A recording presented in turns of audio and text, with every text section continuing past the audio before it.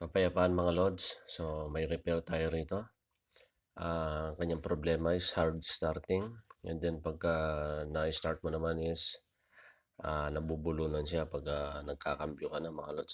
So nawawala yung kanyang hatak. So ang ginawa natin is nilinisan natin yung kanyang carburetor, mga possibility yan mga lods.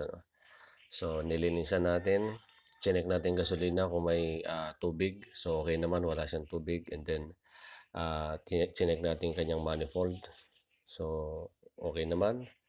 And then pumunta tayo sa kanyang CDI. So ang ginawa natin is dinirekta natin yung kanyang supply. Baka naglulus sa susiyan. So yung supply ng CDI dinirekta ko.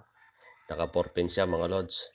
So ganun pa rin. So ang ginawa ko is kinonvert ko na from 4 pin to 5 pin para lang ma-sure kung okay yung kanyang CDI. So ginawa natin, pinalitan natin, and then pagka-start, dire-diretso naman. So okay naman na siya.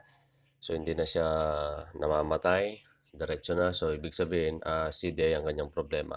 So troubleshoot lang tayo mga lods.